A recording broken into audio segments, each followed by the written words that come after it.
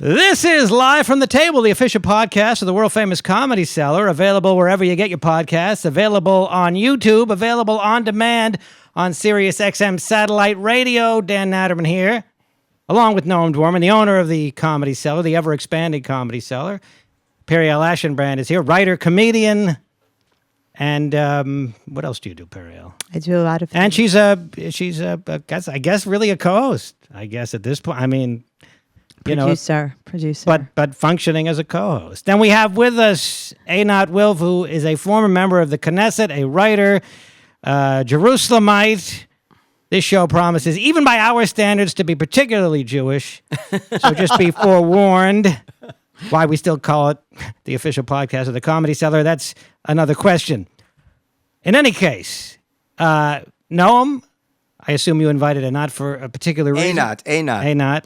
And by the way, her pronouns are ata, la, ota, la, ata. I think that's all of them. At. Oh, sorry, at. Welcome, Einat. Thank you. All right, we met once before are we allowed to talk about it, actually? Not sure. At this thing where you're not supposed to talk about Fight Club. That you meet at Fight Club, yeah. But we didn't really get to know each other at all beyond saying hello.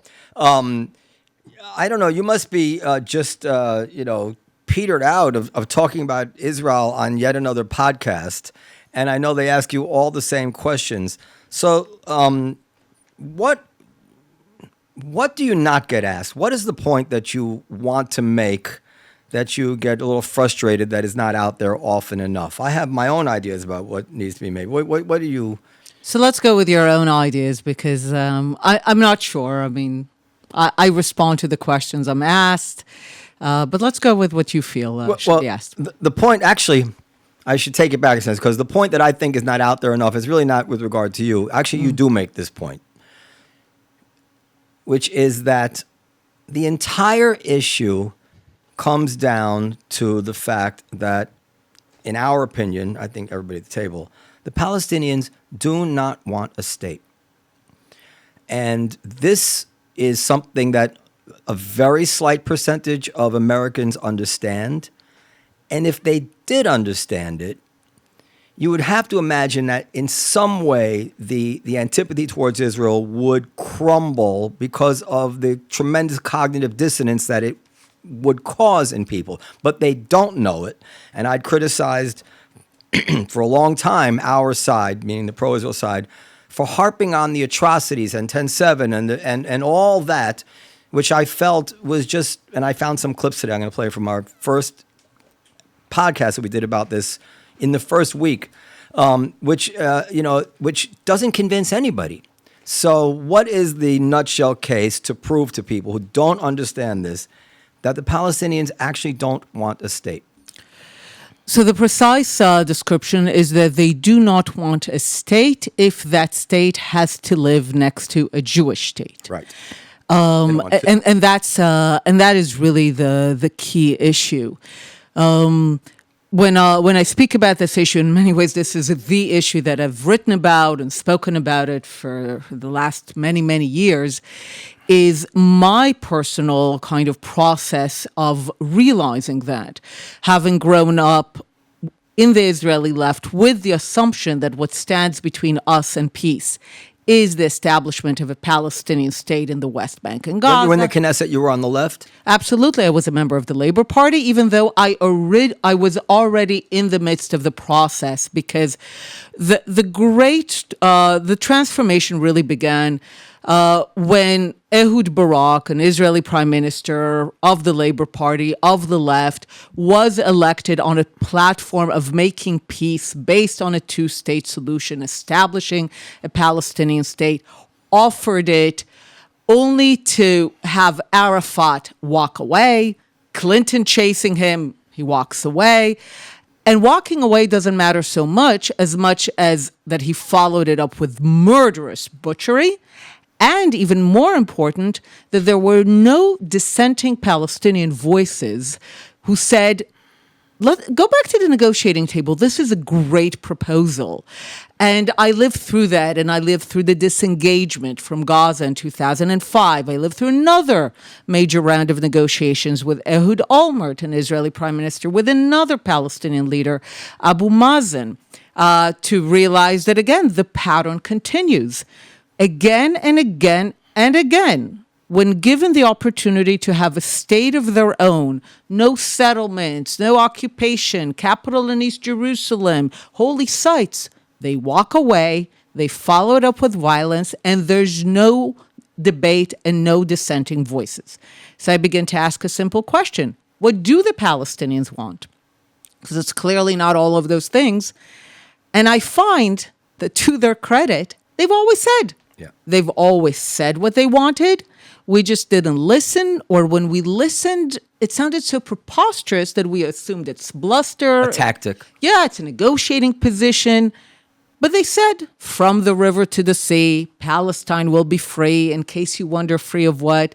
In Arabic, they say, from water to water, Palestine will be Arab.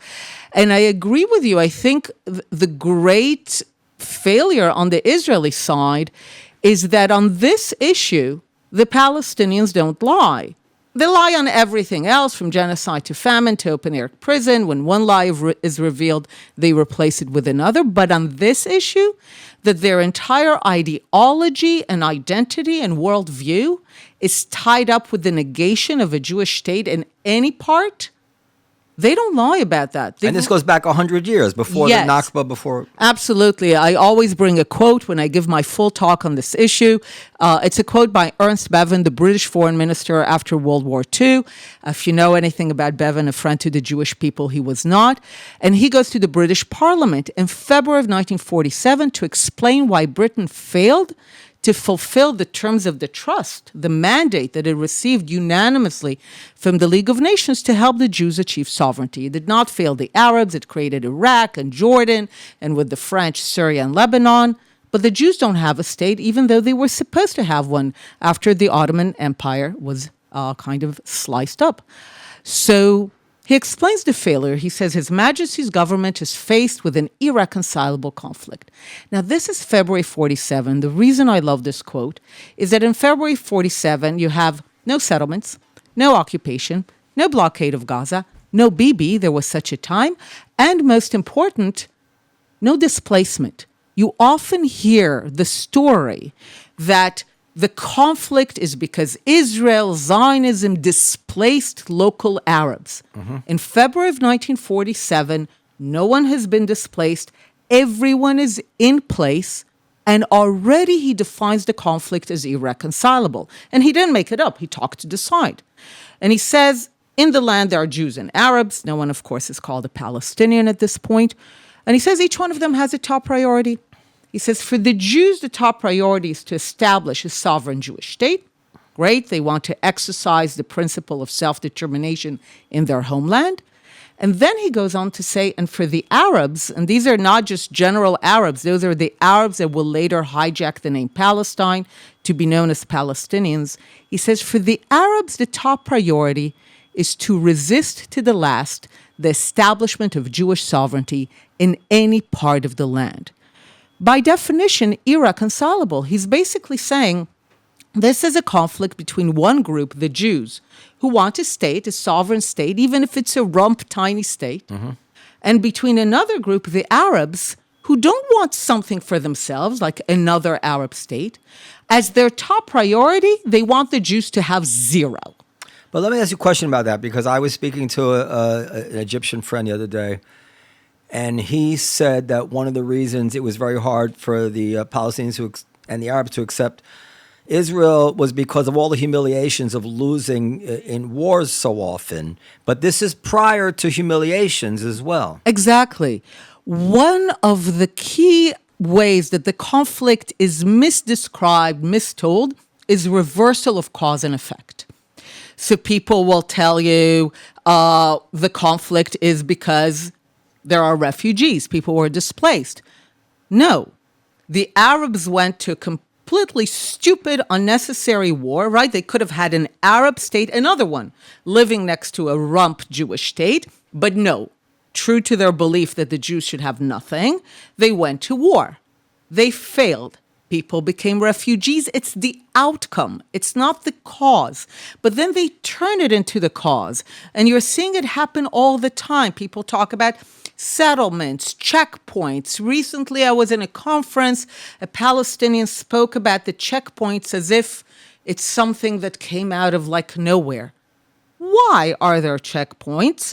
Because literally minutes after they could have had their own state in the West Bank and Gaza as a result of the negotiations of 2000, no occupation, no settlements, capital in East Jerusalem, holy sites, no. True to their view that the Jews should have nothing, they went to another wave of butchery, another war. And as a result, these are the suicide bombings, these basically blowing people up to bits for going to coffee in a hotel. Then Israel ultimately was able to use checkpoints as one of the means to bring this wave of butchery to an end. But again, this is the outcome of their choice, not the cause. And what you're describing is exactly another example of reversal of cause and effect. By the way, I'm sorry, you want to say something, Dan? Yeah. So there are those who say that the Jews at the time accepted this rump state, as you characterize it, but that the majority of the opinion of the Zionists at the time was that this was a starting point to eventually expand to all of Palestine. And they bring up some quotes of Ben Gurion that says, well, this is how we'll start with this, and then eventually we'll take the rest of Palestine. So that, again, that is completely not true, by the way, because they find it very, very difficult to kind of, to try to hide that, again, they went to a completely unnecessary war. You look at all the quotes, we also bring them in the book. The Zionist leadership in 1947 was very clear that if the Arabs were to say yes, and you have a lot of quotes on that if the Arabs were to say yes, this is going to be the Jewish state. Even though it was a rump state, it was only on lands that the Jews purchased and reclaimed from malaria and desert. They said, if the Arabs will say yes to partition, this will be the Jewish state. End of story. It is the Arab continuous declaration that this is unacceptable. They're going to go to war.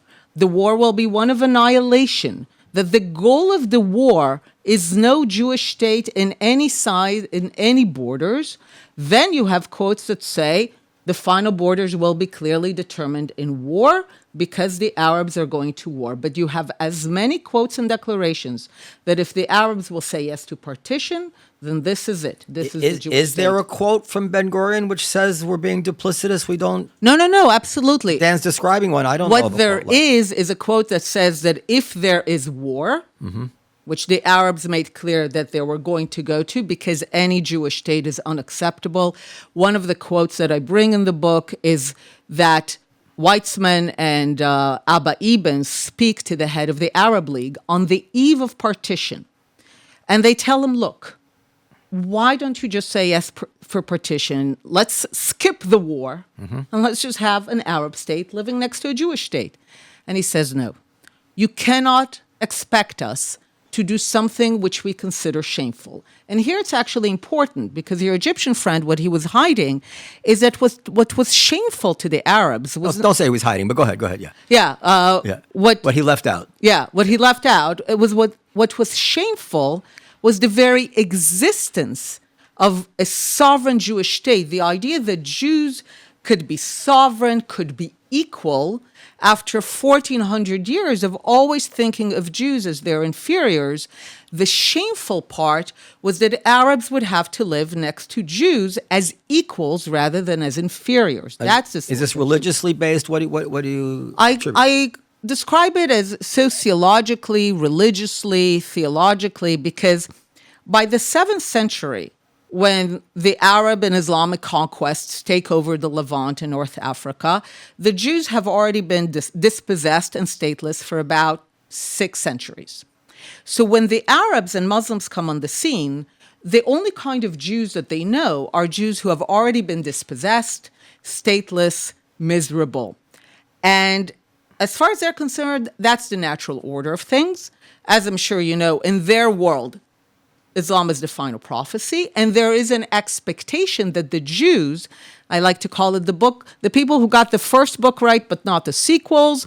So they're not really pagans. They cannot be kind of converted at the sword, but they're still not the equals of Arabs and Muslims. They're a little backward. So they are given an inferior status that has many humiliations tied to it that is called dhimmi, which basically is a kind of extended purgatory and limbo until they see the light of Islam. Now, for the Jews to reclaim their ancient homeland, to reclaim a modern state, to be sovereign, to be equal, is to almost reverse the arrow of history. Because the Jews in the Arab and Muslim mind are supposed to be headed out of history. They're supposed to be headed in the direction of the dustbin of history. I see. And that is the result. That's the shame. And he tells them, you can't expect us not to saying fight that you. if the trajectory of the Jews is on the up, that this is discrediting in some way of what they believe in. So they can't have that. Exactly. There's a lot being said on Twitter and elsewhere that Jews were free and equal citizens in the Arab world, and that the Arabs were so good to the Jews, and this is the thanks that they get. Yes, one of my favorite kind of stories. There's this, as you described, this beautiful mythology that says that Jews and Arabs or Jews and Muslims lived in harmony in the Arab world until Israel and Zionism came on the scene and really destroyed this beautiful harmony. And I love to describe it as the harmony, maybe one that you could have in Gone with the Wind. As long as the Jews knew their place as lower, then you had harmony. And you can actually see that the waves of violence in the Arab world, already going back centuries before, they begin whenever the Jews raise their head. Initially, it's under kind of colonial ideas of emancipations. Then you have massive pogroms against the Jews because the Jews are assigned an inferior place. If they dare challenge that, the response is almost instinctively violence. I sometimes describe it almost geometrically. Imagine that for 1,400 years, you are being told that the proper social order, the just order, is to look at a certain group of people from this angle. And they tell you this is the proper society, this is the good order. And suddenly these people, they say, no, hello, I'm your equal. I'm going to look at you straight in the eyes. Your almost instinctive violent response, because geographically that means you're like, go down, go back to where you are. I sometimes like to give examples of that status. Jews could not ride horses. In the Arab world, those were considered elements of dignity. They could not carry arms because they were supposedly at the protection of the Arab and Muslim rulers, sometimes more, sometimes less. Many humiliating ceremonies of paying extra taxes. If you look at the early Zionist images, one of the things you see are Jews riding horses and carrying arms. And that is a challenge to the very proper order of things. And the violence began already, especially against the Jews in the land of Israel, long before, but kind of in the modern context, in the 20s, in the 30s. The Arabs like to pretend themselves as having been betrayed by the Jews that they welcomed. The last thing they did was welcome the Jews. Essentially, the Arabs go to violent kind of butcheries that look very much like October 7th, immediately when they understand that this time the Jews do not intend to play the role of the subservient. What about their people listening will be infuriated? What about their argument that, well, whatever you want to say about that, I'll grant you all that. But they started moving into our land and gobbling up our apartments and our homes and precluding us from living in our land. So, even if we love them, that's not okay with us. What's the response to that? So I'll do two responses. The first, it was not their land. This is part of the Ottoman Empire.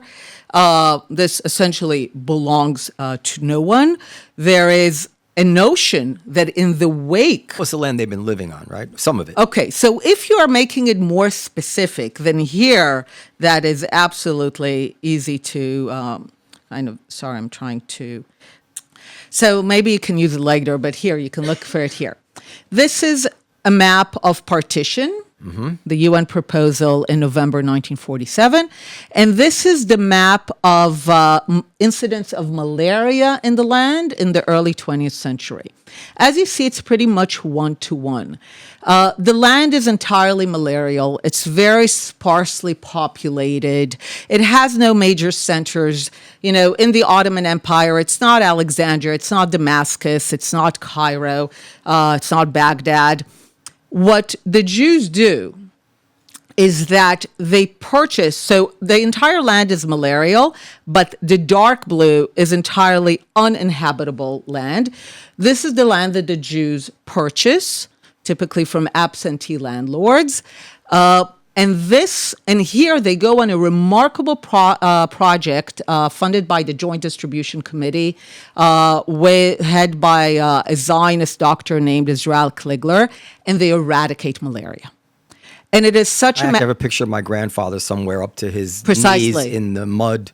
And as you see, the lands that were allocated to the Jewish state in partition are basically lands reclaimed from malaria and desert. Mm-hmm. So no one's home was taken. No one was displaced. By the way, the eradication of malaria, because it was for the entirety of the land, led to a population explosion among the Arabs in the land because their children were no longer dying.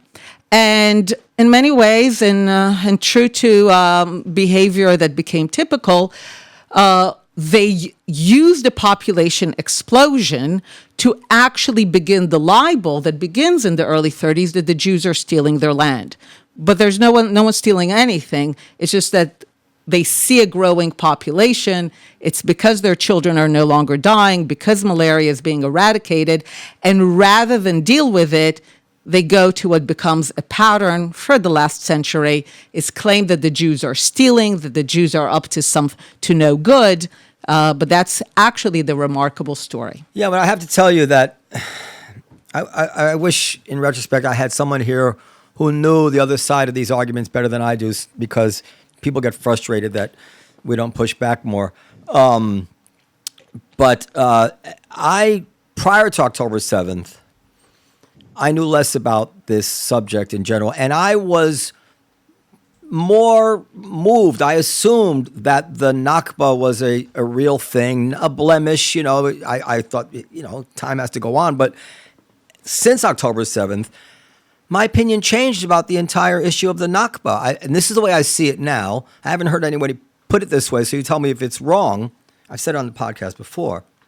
Essentially, I see it as a pretext that this was 1947, which is, it's very important to understand, closer to the Holocaust than we are now to COVID. And that was true a year and a half ago when I first made this argument. So you're really literally in the shadow of the Holocaust. And the world at that time is killing civilians right and left. Every conflict is just taken. We dropped a bomb in Hiroshima, Nagasaki, Dresden. It's not like the world was being very careful or outraged at people killing civilians. And then there's a partition and the Arab armies attack. And similarly, I'm assuming to the problem today, you don't know who's an enemy and who's not. And every able-bodied male is a potential enemy. And some number of hundreds of thousands of Palestinians get pushed to say, listen, we can't have you here. It's just too dangerous. You're swearing to our destruction. And they don't get pushed into a foreign land. They don't get killed like we were killing people. They get pushed over the line to their own new country. I was like, no, I want to live in your country. Well, I'm sorry, but your people have attacked, and we're pushing you over. We're not slaughtering you. And there were a few massacres, small numbers of people relatively. And this is the great Nakba. And 100 years later, or 80 some years later, they say, no, we want to live not in our own country. We want to go live in Tel Aviv. We want to live, where that shopping mall is now in whatever city, And this sounds to me very much like a pretext. This is, you could have to really, you'd have a very hard time working me up about any injustice that happened to my great-great-grandfather, some house somewhere. You don't know your great-great-grandfather. They robbed that house. I want that house. That's my house. It's like, this is a long time ago already. Am I wrong for this opinion? Well, I was going to give you the counter argument or the argument that I've heard made is that, well, the Jews were very attached to their homeland, that even after 1,600 years, they wanted to go back. So why do the Palestinians... Why is it hard to believe that they want to go back to their villages? Well, I'll let Einat. So I'll do it together. Okay. First, the general context and why you're right that this is really, really unique. The entire 20th century could be broadly described as the I love one other thing. And to the extent that the land, there was improper behavior, it can be handled with money. This is what normally how things... It's even less than that. Okay. The entire 20th century can be simply described politically as the transition from empires to states. You begin the 20th century when much of the world is divided between empires. You end it when much of the world is divided between states. When lucky, they go through a process of self-determination. They have some national, linguistic, ethnic, religious coherence. When unlucky, the receding empire drew some lines in the sand, threw a few ethnicities, nations, religions together, told them you're a state. They typically have spent the years since there in civil war and dictatorships. We have a few of those countries as our neighbors. This is a bloody process. It involves 2 world wars, numerous regional wars, civil wars. Tens of millions of people become refugees in those wars. Mm-hmm. Ukrainians and Poles and Bulgarians and Hindus and Muslims and Greeks and Turks and Germans and Jews, and they all get the message. It's not up to them personally. They all get the message that says the following: it's tough, it's tragic, and you move on. And they move on. And they build a world of peace because it was understood that once the new states, the new borders were established, this is it. There's no going back. Because if you were to go back, it would be just eternal war. So this is the message. One group is able to get an exemption from the message.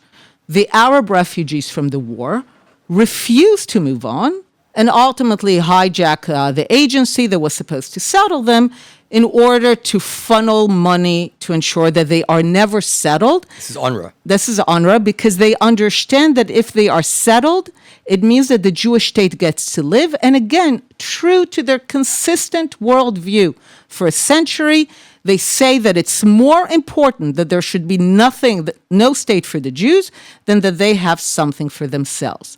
Again, to the issue of shame.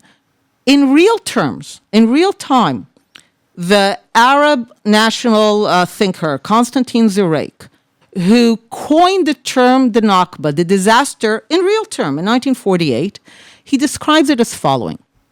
7 Arab armies attempt to subdue Zionism. And it's an interesting phrasing. Subdue Zionism really shows you that the idea is to put the Jews back to a time when they didn't have these ideas that they are the equals of Arabs and Muslims. So 7 Arab armies attempted to subdue Zionism and turned on their heels impotent. The Nakba in real time was the shameful failure to defeat the lowly Jews. And the entire text he writes is about how we can do better next time. Mm-hmm. So first of all, the message indeed to everyone else in the world was move on. And the Arabs, and this is where it goes to your point, and they, again, like to pretend that it's just about some desire to be attached to a home. The issue was always in the service of what? The Jews sought self-determination for their people in their homeland. And there was no question that the Jews as a nation and a people, an are connected to one land and one land only. The Arabs, and once they began to call themselves Palestinians, have created this notion of perpetual refugeehood and return for the goal of no Jewish state. If their vision had been like the same of the Jews, they would have had their state multiple times over. The proposal by President Clinton, by Ehud Barak, by Ehud Olmert, was establish your state, just like the Jews did theirs, and then you can have what every sovereign state does, an immigration and naturalization law, which you can call whichever name you want. Sorry. It's okay. And then you can, that's it. And then the Palestinians who live in Lebanon and Syria and Jordan can become citizens of Palestine. And they rejected that again and again because it's not what they want. Can I give a good illustration? I'm telling people that it's clear that's not what they want. Yeah. When, in business, you can make the analogy. When somebody wants a deal, you can tell that they want a deal, and they make the deal. They find a way. But here's a nice illustration. The Saudis were very close to making a deal with Israel, right? Right before October 7th. They say this is one of the reasons Hamas may have done it. So even to this day, throughout the quote-unquote genocide, but even with all the horrible images of poor Palestinian people dying, and I want to play a recording of what we spoke about a year and a half ago, and the worry about the Arab street, as it were, we still see the Saudis sniffing around to try to make this deal with Israel. It's very, very clear. They say, all right, yes, it's a genocide, and yes, a lot of people were killed, but there's got to be some way we can still work around this to make a deal because it's in our interest to make a deal. That's what people look like when they think they want to make a deal, when it's in their interest to make a deal and they want to make a deal. The Palestinians behaved exactly the opposite. They were this close to a deal. The Arabs, the Israelis were clearly kind of on the back foot, like, okay, how about this? How about that? They were blinking at every impasse. And they found, what was the pretext? Oh, that Ariel Sharon, the opposition politician, takes a walk somewhere they don't like. That's it. Peace off. How can you expect us to continue to negotiate? We're out of here. Obviously, they didn't want the deal. And again, is that wrong? No, it's not wrong. It's exactly right because they keep saying that. They keep saying in one way or another that their goal is no Jewish state. Again, to their credit, they have been always consistent about that. And what you're saying is that I actually looked into it. Is there an example of a people who claim to be a people who want liberation, independence, self-determination, statehood, and who repeatedly have the opportunity to achieve that and repeatedly walk away from that? There's actually no such example. It makes no sense. Can I ask a question? Sure. So I have an Israeli friend who has explained it like this, that the Palestinians have been saying for decades, from the river to the sea, we want all the Jews dead, and then we hear it in the West. They don't always say they want all the Jews dead, by the way. But go ahead. Well, to know their place at the minimum. Excuse me. Let me rephrase that. Hamas has said very clearly that they want all the Jews dead. I'm not even sure about that, but go ahead. I'm pretty sure about that. Well, I read that Maybe article in Haaretz about they wanted cantons. There were some Jews who were going to be thrown out. Yeah. Some Jews were going to be killed. Some Anyway, Jews the were going to be put to question- work. I just don't like to exaggerate. That's all. Go ahead. What all the Palestinians, Hamas, Fatah, PLO, everyone is very clear on is that a complete refusal for Jews to be sovereign in their own state. I'm going to anoint myself the Palestinian voice only because I think I'm relatively familiar with their arguments. And She didn't get to ask her question. Yeah. Okay, go ahead. I was under the perhaps mistaken impression that from the river to the sea meant to wipe out all of the Jews, but there, if all the Jews were to leave on boats somewhere else, that's also that's acceptable. acceptable. Or be second-class outcome. citizens. Okay. Yes. Okay. Excuse me. Wait 1 second. Let me ask my question. So the question is, or what Tal has explained numerous times, is that we hear it in the West, and as though a male is speaking to women, and they are mansplaining. He says we hear that, and we do something that he calls West-splaining. You called that. He got that from you. Okay, so perfect. Can you speak to that? Like, can you? The man stole it from her. Yeah, Go apparently. ahead. Typical. Westplaining is the word I introduced in the book, The War of Return, and it is indeed when Western diplomats, journalists, academics explain away what Palestinians clearly and unpalatably say. So they will say, we don't want two states, we want one from the river to the sea, the right of return. Again, it's not a right. There's no return, but it's holy. It's sacred. They will say those things. And I've tested it in numerous opportunities. They never lie if you keep asking the right questions. And people will say they're angry. It's a negotiating tactic. It's bluster. I was recently in Berlin speaking to a German diplomat. He's like, you have to give them a state. I was like, they don't want a state if it has to live next to a Jewish state. You can't want for them what they've never wanted for themselves. He's like, but you have to give them a state. Yeah. I'm like, but it's insane because Israel really, really, really tried multiple times. So why do we do that? First of all, I love that he got that from you and just stole it.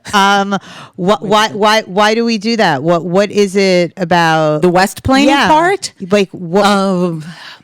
This goes deep into some, I sometimes I really have to go into some deeper issues. There's an effort now to legislate, people told me in Canada, the notion of anti-Palestinian racism, APR they even call it.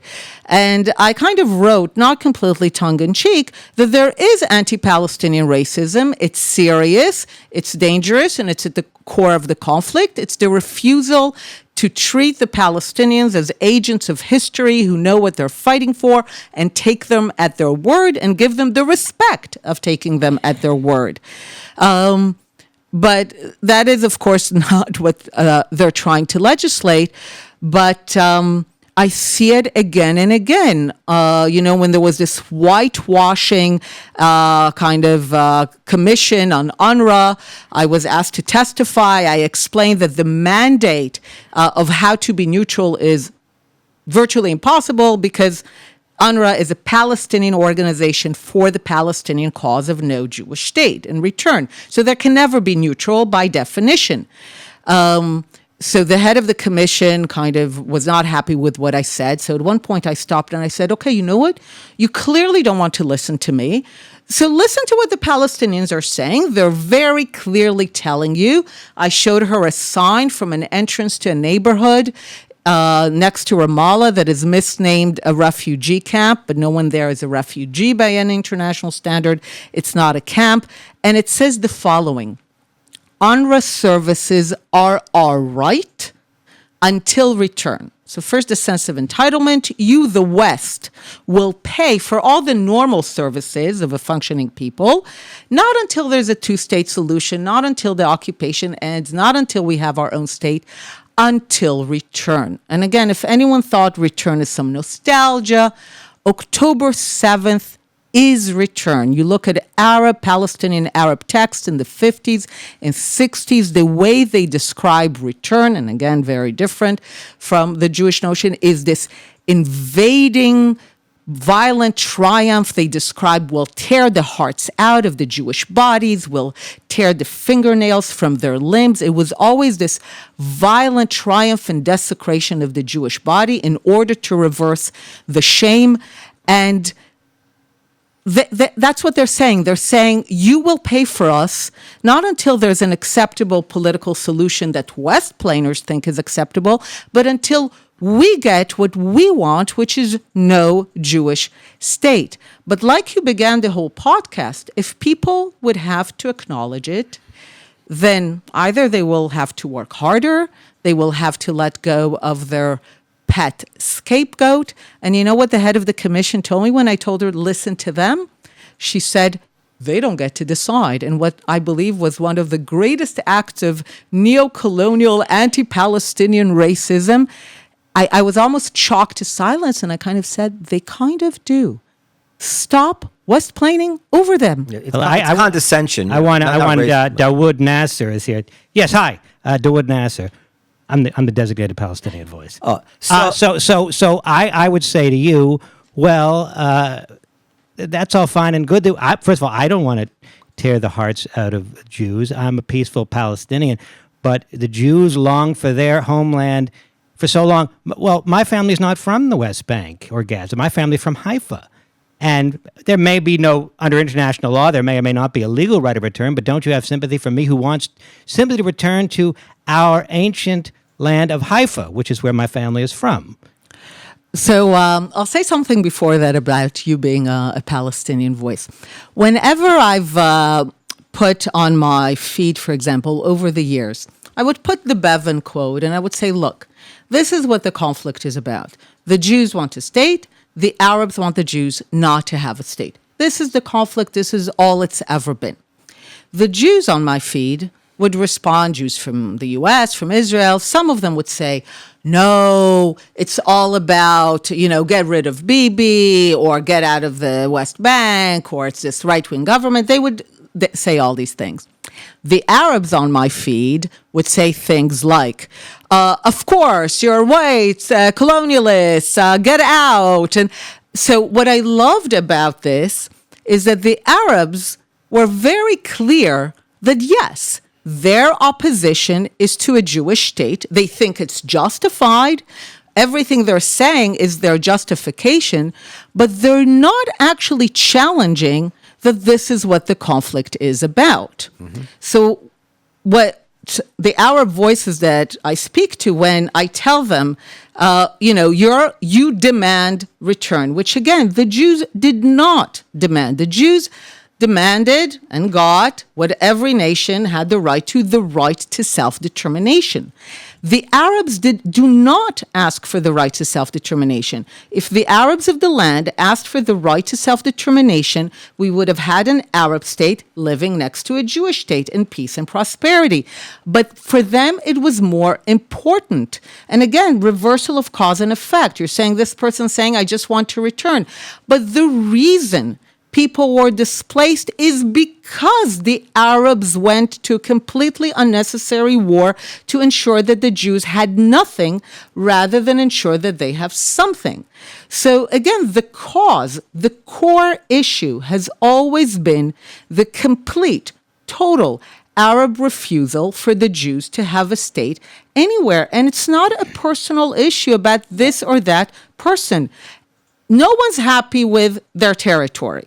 The U.S. is not happy. There's not a state in the world that thinks... They want Greenland. Yeah. There's not a state in the world that thinks it has all the territory, it has a historical connection, legal claim to. There was this beautiful map of Europe where you see every country, how big it was at its height. Mm-hmm. Every country in Europe, including Luxembourg, was once 7 times the size what it is today. No one's happy. But the idea that there is something unique about the Arabs having to live in one state and be a minority in a Jewish state, this is the source of humiliation, that they had to be Arabs living in a state where Jews would be their equals and would have a sovereign state. The idea of return came after they failed to achieve the annihilation of the Jewish state, and they established it in the name of continuing the war against the Jewish state. It was never an innocent idea. I want to move up to the current day, but I would also answer in this. I have 2 things quick to say about that. The first answer to your question would be, I take somebody at their word, let's say. But there is, unfortunately or fortunately, I believe, a moral obligation to the practical. So, yeah, maybe you're right. Maybe you should, if there was justice in the world, you'd have your house in Haifa back. No, I'm sorry. I'm going to stop this here. That's not justice. That's why I started with tens of millions of people I who became refugees. The message was tough, tragic, move on. And you're right. The moral idea was that you accept that these are the borders and it's over. Right, but that was justice. But I'm stipulating for the sake of argument. Yes, I'm saying let's say that you're right. But you must know, Israel's not going anywhere. That's simply not going to happen. And for 100 years now, your children are dying and living in misery for this quixotic notion that somehow these Jews are going to up and leave. But they don't think it's quixotic. Yeah, That's the problem. Well, some certainly do understand. By the way, there's an interesting layer that I got a glimpse of by speaking to a Palestinian friend, which is that for the more reasonable segment of the population who would actually be ready to make peace with Israel, whatever that number, that slice of the population is, they look at the conflict and say, the second we have our own state, it's going to descend into a bloody civil war, a la Gaza, a la Syria, a la everywhere. And you know what? The status quo is much better than anything we can hope. As much as we don't like living on the West Bank, as much as there's humiliations, as much as they have a righteous, I'm sure very righteous indignation, many of them, I believe, understand that the alternative is not Shangri-La. It's a descending into a bloodbath of a civil war that they don't want. And I think they understand that the status. I mean, I believe they have the highest standard of living of all Arabs in any non-oil Arab state. But that's not the argument they make. No, except that one Palestinian did actually make this point to me. He said, if there's a Palestinian state, I don't want to live there because they're just going to kill each other. So I think there is. I do listen. You know much better than I do. So maybe what I'm saying is naive, but I do think there is social pressure for people who might have more reasonable thoughts that we might consider more reasonable thoughts to not express them so openly among their peers and among their community. Because one thing is for sure, when they leave that geography and come to America, you don't find yourself dealing with a bunch of crazy people. The Arabs I know are reasonable and nice, and they say, they don't resemble, and this is part of the reason it's so hard to understand what's going on over there. They don't resemble the people I'm seeing on TV in Gaza, and they are transplanted from the same trees. But you have to ask them the specific questions. When I started this process of really listening to Palestinians and what they say, yeah. I thought in the beginning, maybe I'm meeting with the wrong ones. I met with Palestinians who are called moderates, educated in the best British and American universities from the negotiating groups. And they would say things like, the Jews are not a people, you have no historical connection to the land, you invented it to steal from us. And I began to say, wow, what they think about the conflict, which is what are we doing here, and what I thought about the conflict, let's just share and divide, don't even meet. And I began a journey to say, maybe I met the wrong Palestinians. Over 20 years of seeking, challenging, everyone who would tell me you're generalizing, you're exaggerating, there must be other voices, I would tell them, please, bring me a Palestinian who publicly and in their own voice, and you're right, in the Arab world, whatever is said privately is worthless. So they have to say things publicly, because only when things are said publicly do you know that there's a chance of change. So find me a Palestinian who in their own voice, publicly, because as a result of Westplaining, I don't want anyone to tell me, oh, I know them, says, my vision for peace is to live next to a Jewish state, not from the river to the sea. I understand this means that we are not refugees and there's no such thing as a right of return. Those are the two litmus tests that basically fail everyone, except for. But there was like this guy, Nabil Amr, who was on the Palestinian delegation, and he wrote this public letter to Arafat. Didn't we throw mud at President Clinton? And didn't we piss away everything that was offered to us? He obviously was upset at the way Arafat handled it. Of course, he was a victim of a drive-by shooting, and he'll never make, I don't think he died, and he'll never make that mistake again. But even within that inner group of Arafat's people, obviously there were some people who kind of wished that he would have settled the matter. You don't think so? There's no evidence for that. Well, just that letter. Yeah. I'll have to read it. Oh, you don't know about? I'll send it to you. I'll read the letter because, again, I've noticed over the years that we read things. They will say things like, even now, there are in Gaza demonstrations. A lot of people immediately look at those demonstrations to say, okay, those are Palestinians who want peace. And, they project on them all the ideas. Now, I'm listening carefully. This creates an opening, a crack. But we shouldn't kind of immediately Westplain it to begin, those are people who believe our views, because they are not yet challenging the ideology in the name of which Hamas carried out October 7th that I've come to call Palestinianism. Palestinianism has 4 core tenets. From the river to the sea, there will be no Jewish state, and we are therefore perpetual refugees until return. And you're not seeing yet a disavowal of that.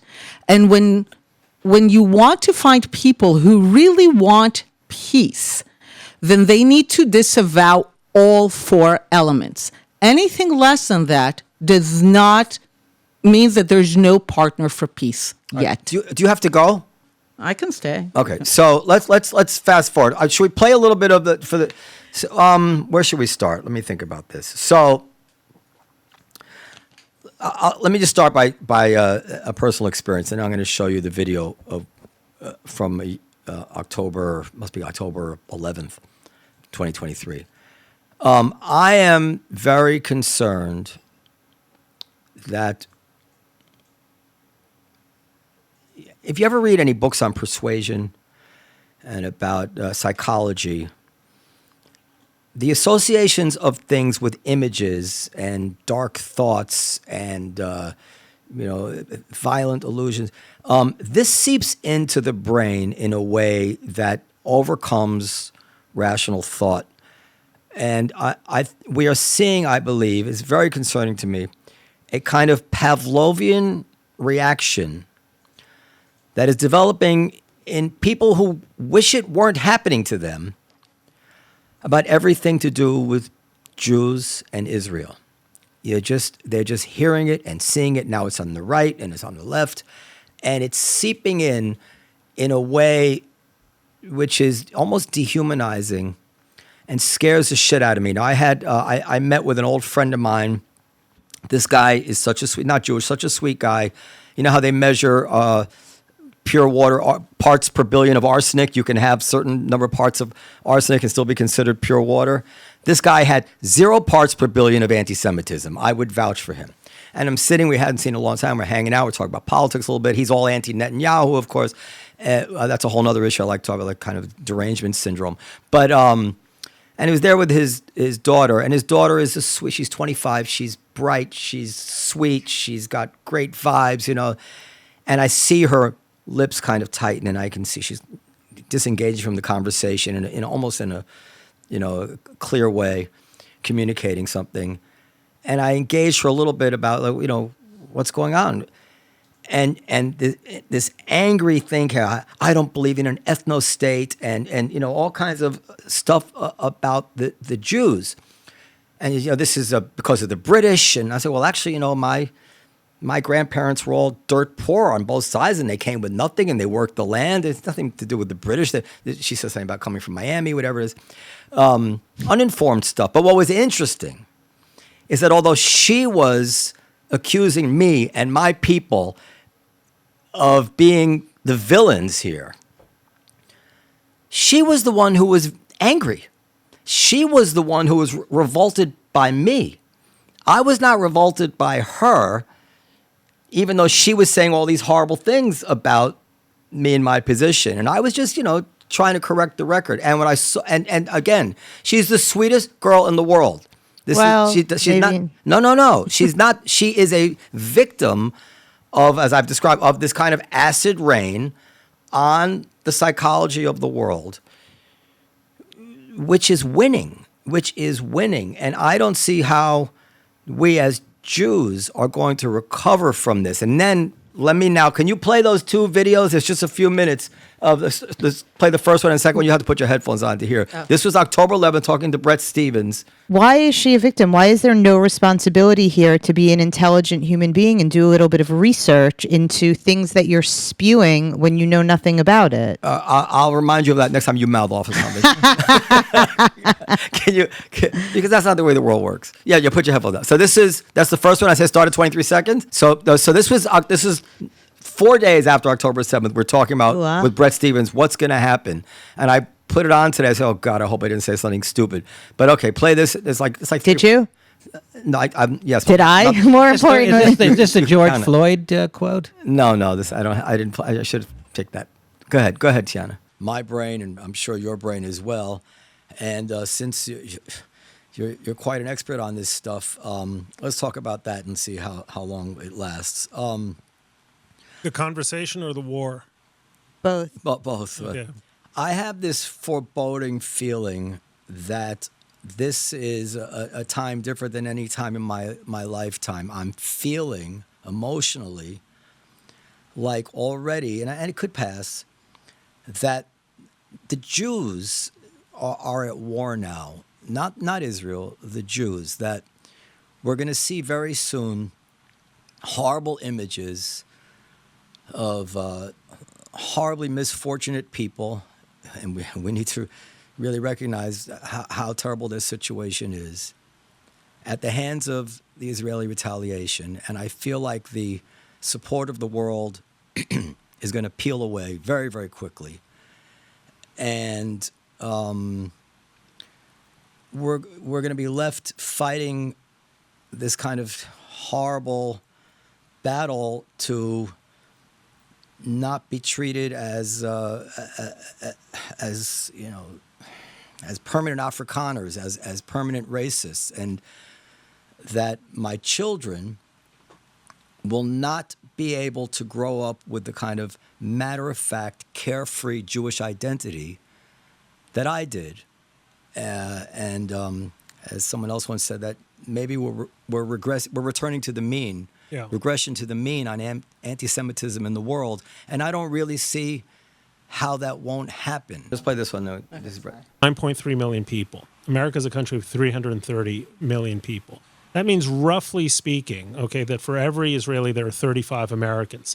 That means that when you had 1,200 Israeli deaths, it's the equivalent of more than 10 9/11s, right?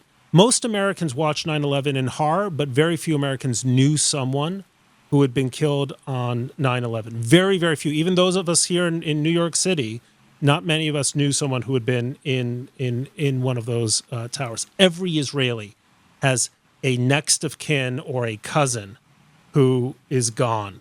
And I hope Americans can grasp the scale of tragedy and horror that has hit Israel. The second thing I hope is that Americans remember that, you know, when you're hit like that, the best advice is not to tell the people, well, why don't you turn the other cheek? Because that's not how we reacted after Pearl Harbor. It's not how we reacted after 9/11.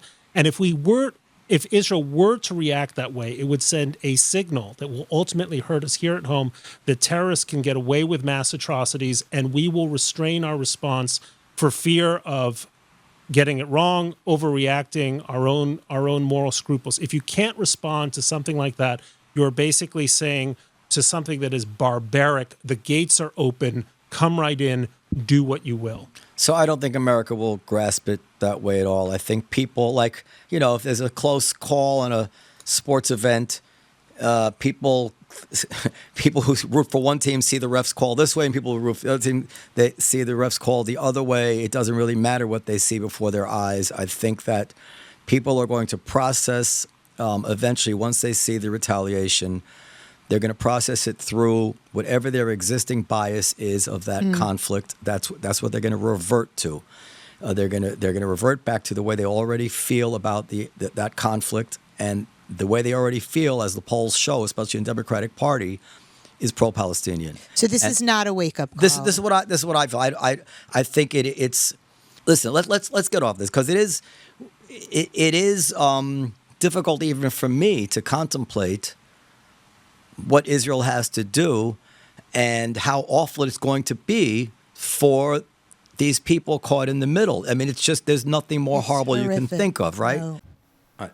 So we called it on the nose, right? You could take down that part.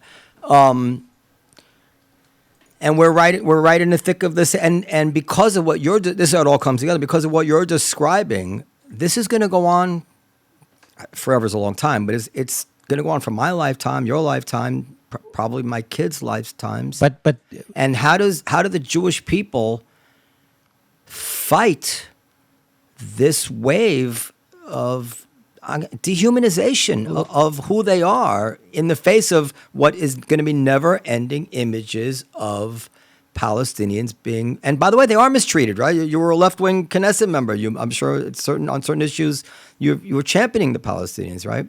I'm very, very pessimistic, I guess, is all I'm just describing. Deep pessimism. I don't know if you But feel I would just say that I'm not so sure that the Jews as a group are being lumped in. I think there is such a distinction between, like that person that you were discussing, who has 0 parts per million of anti-Semitism, but was talking about Israel. So it's not she didn't hold anything against you for being Jewish.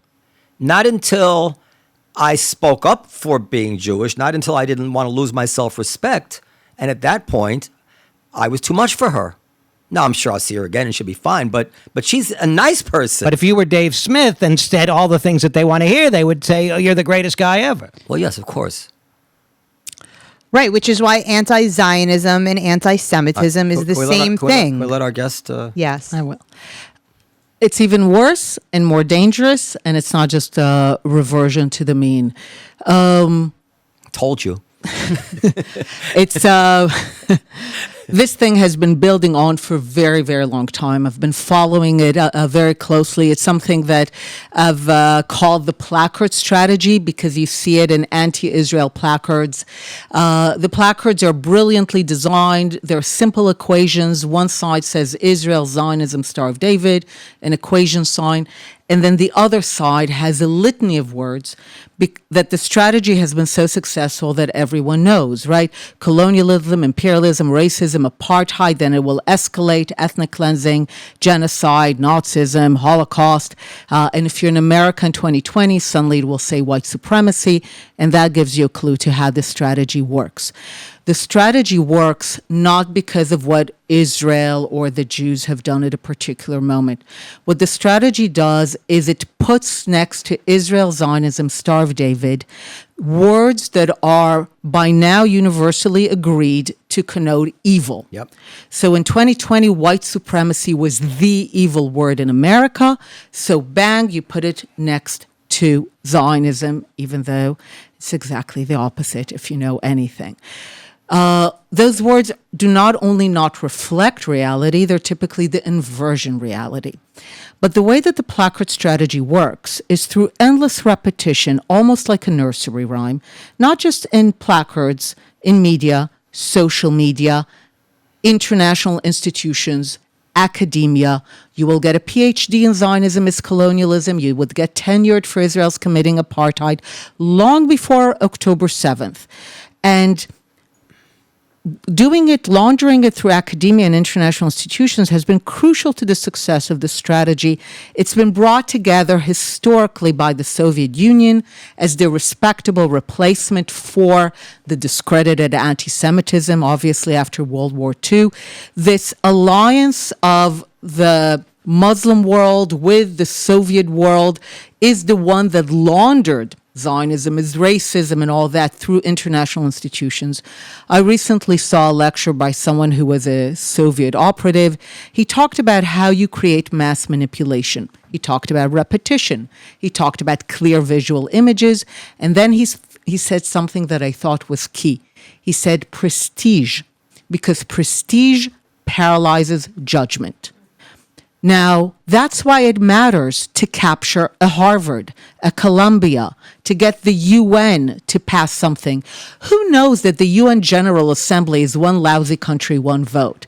Who knows that the augustly named UN Human Rights Commission is Qatar and Iran and a bunch of terrible countries sitting in judgment and singularly obsessed with Israel. Even though they shouldn't, the letters UN are still hallowed. So people hear, the UN said that, a Harvard professor said that, and prestige... Human Rights Watch. Yes, and prestige paralyzes judgment. Yeah. Now, after October 7th, you said this was a few days after October 7th. There were no images yet. The only ones were from Israel. But already people were erupting in euphoria in Gaza, the West Bank, Palestinians and their collaborators around the world. And the euphoria was not because of what Israel did. The euphoria was because they saw that it was finally possible. And that, after October 7th, a new placard appeared. And because I've been following the placards for 20 years, I know that they don't have to do with what Israel did or which government is at the moment. I was once in a panel, no one was dying at the time, and the Palestinians said, Israel's committing cultural genocide. That was many years ago. And I remember thinking, what is that even?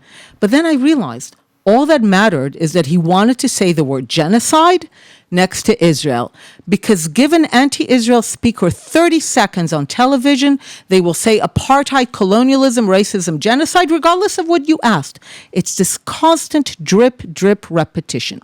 So after October 7th, a new placard appeared, and it said this, keep the world clean. And it had an Clean. Clean. Yeah, I was going to say this. It's like dirty. Yes. Yeah. And it had an image of a Star of David, or a flag of Israel in a trash bin. And I remember seeing that and thinking, that's it. We're more than reverting to the means. We're getting to the culmination. One of the biggest failures of Holocaust education is that people will know a lot about the Nazis and the death camps. How many people are able to crystallize the idea that everything the Nazis did was downstream of their belief of keep the world clean? Right. They believed that they were birthing utopia. And this is what we're saying. And this is why this young woman was so angry, because you are standing between her and a better world. And when people see things like, queers for Palestine, feminists for Palestine, Palestine is fighting climate change, Palestine is worker rights, a lot of people look at it and they're like, okay, they're morons, don't they know what Palestinian society is like? But they're not. There's a powerful logic there. And the logic is this, and this is why it has nothing to do with what actually is happening. Whereas Israel, Zionism, Star of David have become associated through this repetitive process with every evil word, Palestinianism, as the erasure of the collective Jew, has become associated with every good word, because this is utopia. I know it sounds weird, but Palestine has become the abstract marker of utopia. Why? Because in the world, utopias have historically been associated with the eradication of the collective Jew that stands between us and a better world. This is why what's happening is so dangerous. And you talked about anti-Zionism and you tried to separate it, but you will notice that among Jews living in America, it's not everyone, and I'm not generalizing, but you will see a phenomena that Jews who are less susceptible to the belief that we love Jews, it's nothing against Jews, we're only against Zionism, we're only against what Israel is doing. The ones who are less susceptible to fall for that are Jews whose families lived in Iran, in the Arab world, in the Soviet Union, and Eastern Europe, because those are all the places that adopted anti-Zionism and Palestinianism as the respectable replacement for the discredited anti-Semitism. And they went through this process of, we love Jews, we have nothing against Jews. You know, when Egypt and Iraq legislated, they legislated against Zionism.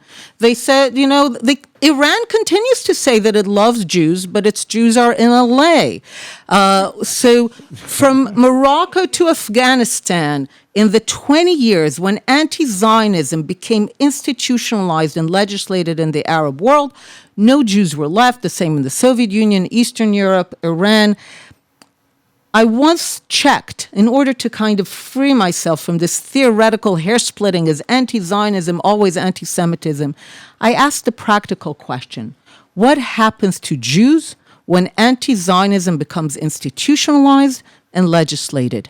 And the process is always the same playbook. Step one, the environment turns hostile to Jewish life. Even as they claim to love Jews, have nothing against Jews, they might be Jews themselves. And if this is not fought against, ultimately no Jews are left. Under the good scenarios, they're simply elsewhere. Yep. So when I'm saying this is not just a reversion to the mean, this is building up to a very dangerous culmination. And what you're saying is correct, that the Jews are too small to fight it alone. At the end of the day, the tide of this will only be turned if a plurality, not even a majority, but if a plurality of Americans, of Canadians, of French, of Brits, of Australians, let's say, and ultimately in the Arab and Muslim world where Jews live, will say not here. We are not going to let this madness become institutionalized. But you know, when a few months ago, someone said a post-Trump scenario of an AOC brought to power by essentially the classic alliance of leftists, Marxists, and essentially Islamists of different, or Palestinians. This is the alliance of leftists with Islamists is what brought down the Shah, and we know what happened to the leftists under there. It's always the same alliance. It always ends for the Jews in the same way.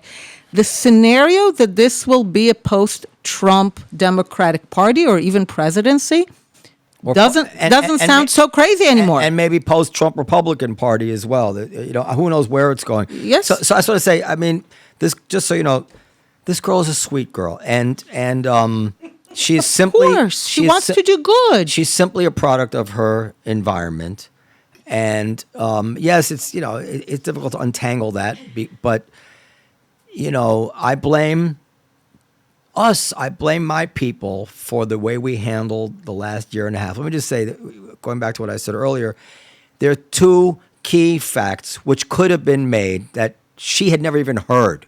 One is this very clear case that Einat has laid out as to, with evidence and bullet points, legit bullet points, not like, half-assed, tendentious ones, of that the Palestinians do not want peace. You can't find a single Palestinian who's on record saying, I want peace. Number one. Number two, and I asked her, she did not even know that Jordan had attacked Israel, and that's how the West Bank was lost. Like, this is such a key fact of the whole thing. And I could see when I told her that, it put her like in a bad spot, because all of a sudden, oh, you mean that land is occupied not because Israel took it, but because they were attacked? And then, and did you know that as soon as they got it, Israel offered to give it back, and peace was rejected? 3 no's. She'd never even heard of this stuff. And what she had heard was claims about babies' heads and rapes and this all happened, and we feel all this. This doesn't convince anybody. Does this girl? It doesn't. It's proof. Was this girl open to hearing the truth? Because I know that she's your friend's daughter, and you want to keep saying that she's very sweet and all of that. But to me, this is a dangerous person. I think she. Oh, come on, take it easy now. No. It is. I think she was open to hearing the truth. Yeah. I think I'm not convinced that these arguments will convince. Convince some people. I think some people's, where they see a relatively white-looking population and a relatively dark-looking population, and they see one is more powerful, they're going to side with the less powerful. May I just challenge that for a moment? But I don't because skin tone, many years ago, a group of students came to Israel, and one of them asked, what does colorism have to do with the conflict? And I told her, you know what? Be my guest. Leave the room right now. Go to the streets. Tell me if you can tell Jews and Arabs in the Levant apart based on skin tone. Good luck. We are fighting over a lot of things. First and foremost, that the Jews want to be sovereign in their state, and they want us not to be. But skin tone has to have zero to do with that, and to claim that this is what people are seeing, I think it is what they're seeing. I think it's what a lot of people are seeing. And I think you're quite right that what they're seeing is an optical illusion, but they're seeing it nonetheless. And I think that it's going to be hard to convince a lot of people with arguments about Jordan. This argument exasperates me. And I've run into this argument in many different forms and many different manifestations and many different issues in my life where I'm trying to make a point and somebody says, why are you getting hung up on that arithmetic of a real point? It's not going to matter anyway because blah, blah, blah. I said, well, maybe it will or maybe it won't. But if we don't make the actual point that matters, then what the fuck are we doing? I mean, yeah, maybe you're right. But the thing is, we're not even making the fundamental points. We have the math on our side, but we're not showing our work. Let's show the fucking arguments. At least we've had a lot of people doing a lot of shows. And forgive me, we have an Israeli here. You might recognize her from the Larry David show. Come on, All Iris. right, Come on. Iris Bar. Well, but don't. You can say whatever you want on Dan's mic as long as you don't contradict me. Do you watch Larry Curb Your Enthusiasm? Of course. You know who she is. Yeah. Hi, everybody. Talking to the mic. Okay. We don't have a boom mic. Okay, on a two things. set. As someone who was also in Israel on October 7th, trying to combat the losing battle of trying to win arguments, which I think it is a losing battle.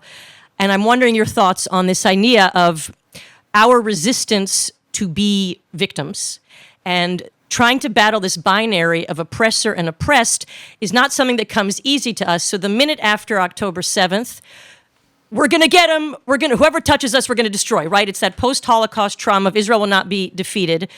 And I don't know to what detriment, and again, it could be losing a battle because no matter what we do, we're going to be in the wrong, and there's that binary, and they don't see us as Semites, we're invaders, and using Holocaust as a justification for Israel is problematic. But the point is, my question is, I think Israel is doing a horrible job of PR because these arguments do become arithmetic and intellectual unless it's impossible for an Israeli, and I understand this, to express compassion for the deaths in Gaza, because when your children are fighting the war in Gaza and you know what I mean, and you're losing children, it seems like a betrayal. And so you don't see a lot of the devastation in Gaza on the news in Israel, and you don't see Israelis talking. I heard hostage mothers expressing sympathy for the but it's not. That's not enough. It's not in the space enough of that compassion. So we're just the oppressor thing is only being further, because what do they see? They see the apocalyptic images of Gaza. Doesn't matter that they attacked us. All the other stuff doesn't matter. They see the body bags, and they see, you know what I mean. And so how I'm finding it a losing battle to combat, and even brilliant people like Douglas and historians and all that. I don't know what to do to battle the intersectionality, to battle this idea of the oppressor. You know what I mean, and the lack of no one cares about the hostage. We only care about. How do we battle that without? And I think that's been a frustrating. Where's your question, Iris? No, I'm asking her opinion on our role and Israel's role, and not that I have hopes but in expressing compassion in order to win the hearts and minds of certain people. So I wanted to kind of hear your thoughts on that.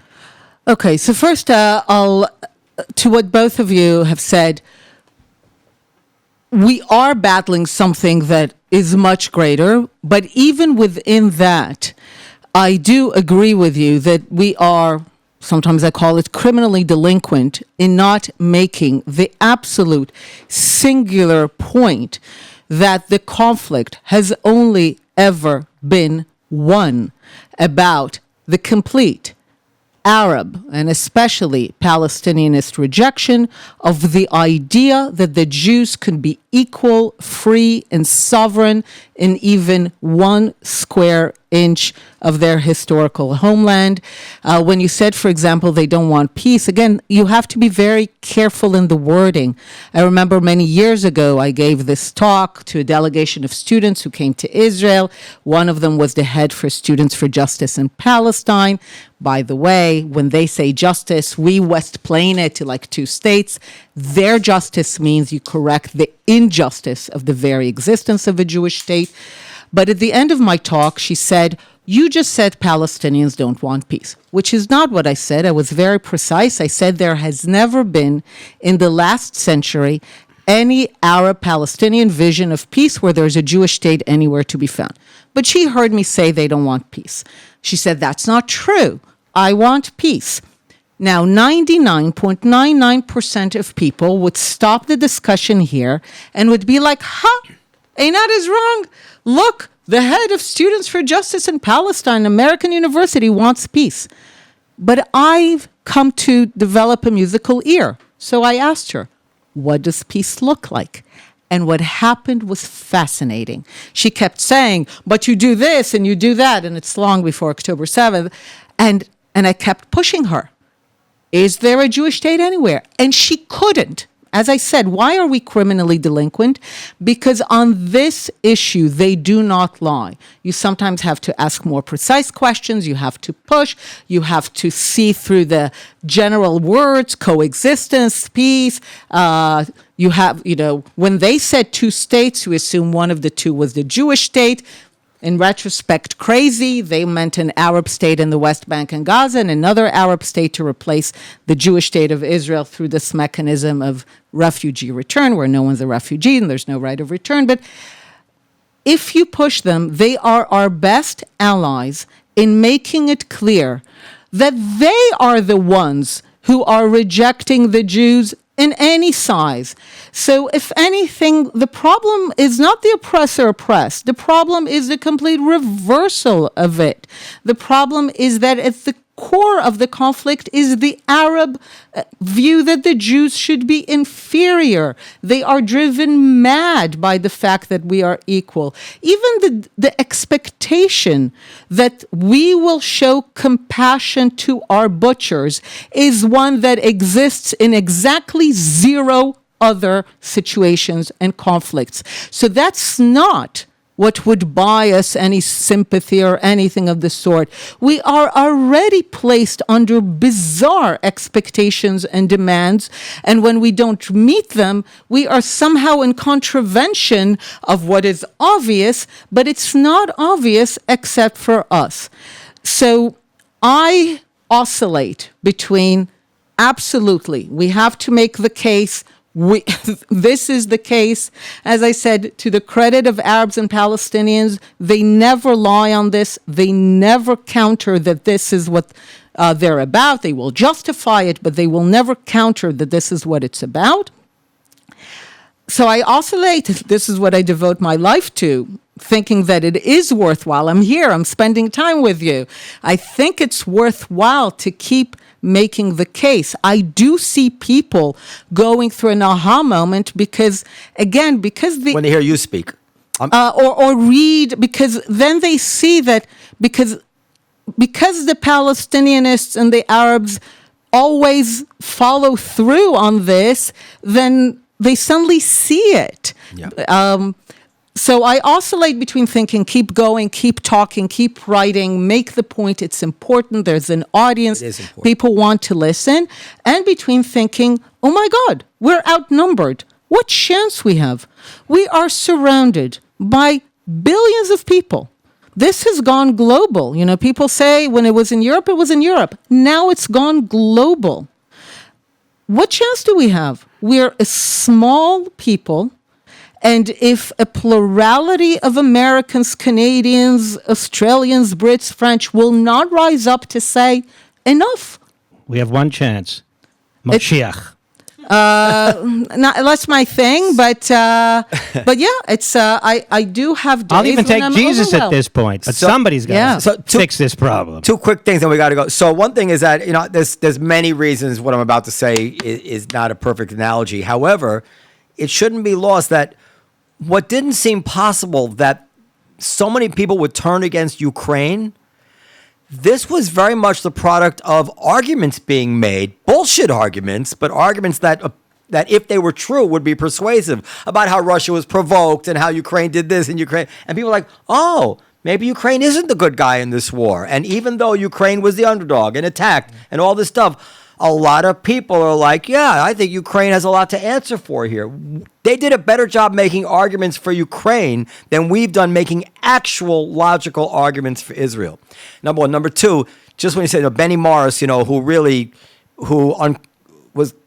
if I'm wrong, was the guy who really brought the world to the world's attention, the fact that 700,000 Palestinians had been chased out or fled or whatever happened, however you want to divide up that 700,000 of refugees. He actually, in that book, The Palestinian Refugee Crisis, whatever it's called, he actually made a point very similar to what you just made. He said that many of them left because they thought to themselves, well, if they do to us what we would do to them in the same situation, we better get the hell out of here. This idea of being compassionate to the people that they couldn't imagine that. So they said, we better get the hell out of here. So even Benny Morris said that at the time when he was 100%, I'd say, in the pro-Palestinian camp. No, he was merely a historian. Not merely. Benny Morris was a historian, but all he wanted to do was show what actually happened.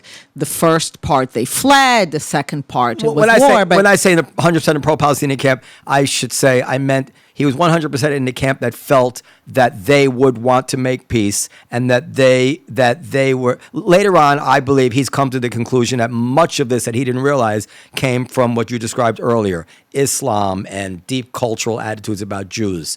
He didn't really write about those things early on. Mm-hmm. And then after the peace process fell apart, it was almost, he didn't ever change his factual reporting, but I think he changed his view of it all, like what was going on under the hood. Yes. So that's what I meent. All right, listen, you are, our best guest ever on the Arab-Israeli You say that conflict. okay. We say that to all the girls. I have one other little question, which is, what Americans get their news from, who are really into this, is Haaretz. Now, we know as Americans that every media outlet has its own derangement syndrome, even among the 75% of Republicans who know that Donald Trump is, is tough to take sometimes, but who voted for him.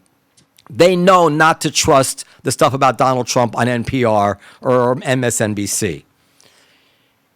But somehow we don't learn that lesson and apply it to foreign media. And I'm pretty sure Haaretz is 100% as deranged about Netanyahu, even if they're right, even if Netanyahu deserves to be roundly criticized as Trump does.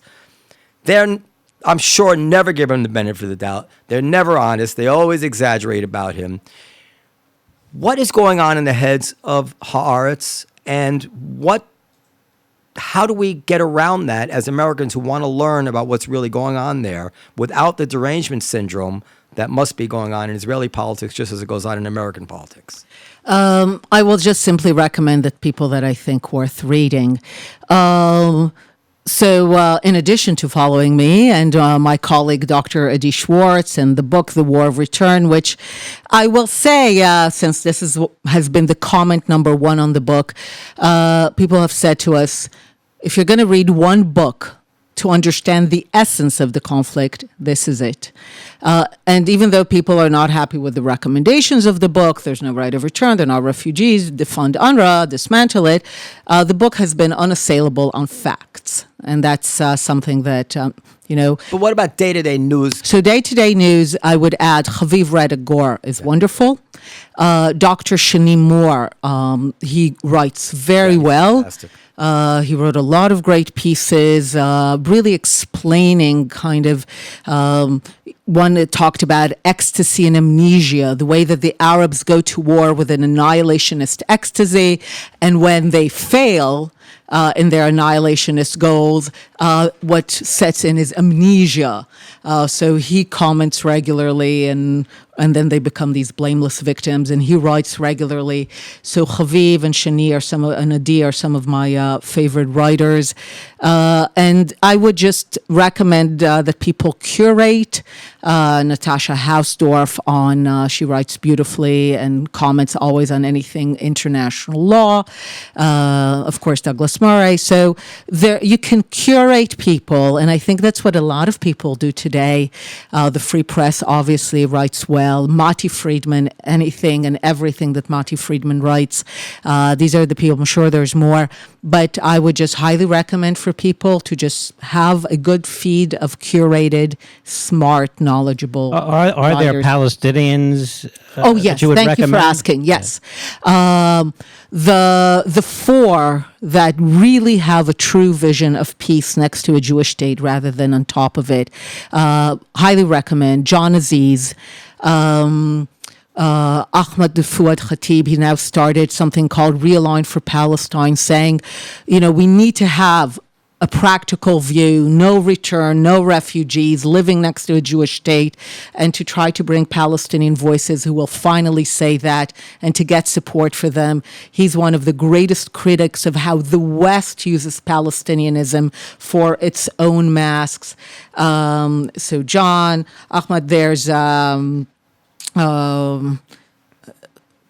Muhammad Dajani, but he doesn't really write regularly, but he really tries to promote also a vision of Islam that is very moderate. There are Arab voices like Luwail Sharif, who really brings the vision of what I've come to call Arab Zionism. So an Arab and Islamic Middle East that flips the frame from foreign white European settler colonialists, which literally just means get out, to Abraham, to saying as Arabs and Muslims, we know that the Jews have an ancient connection to the land. Israel is merely the modern expression of that.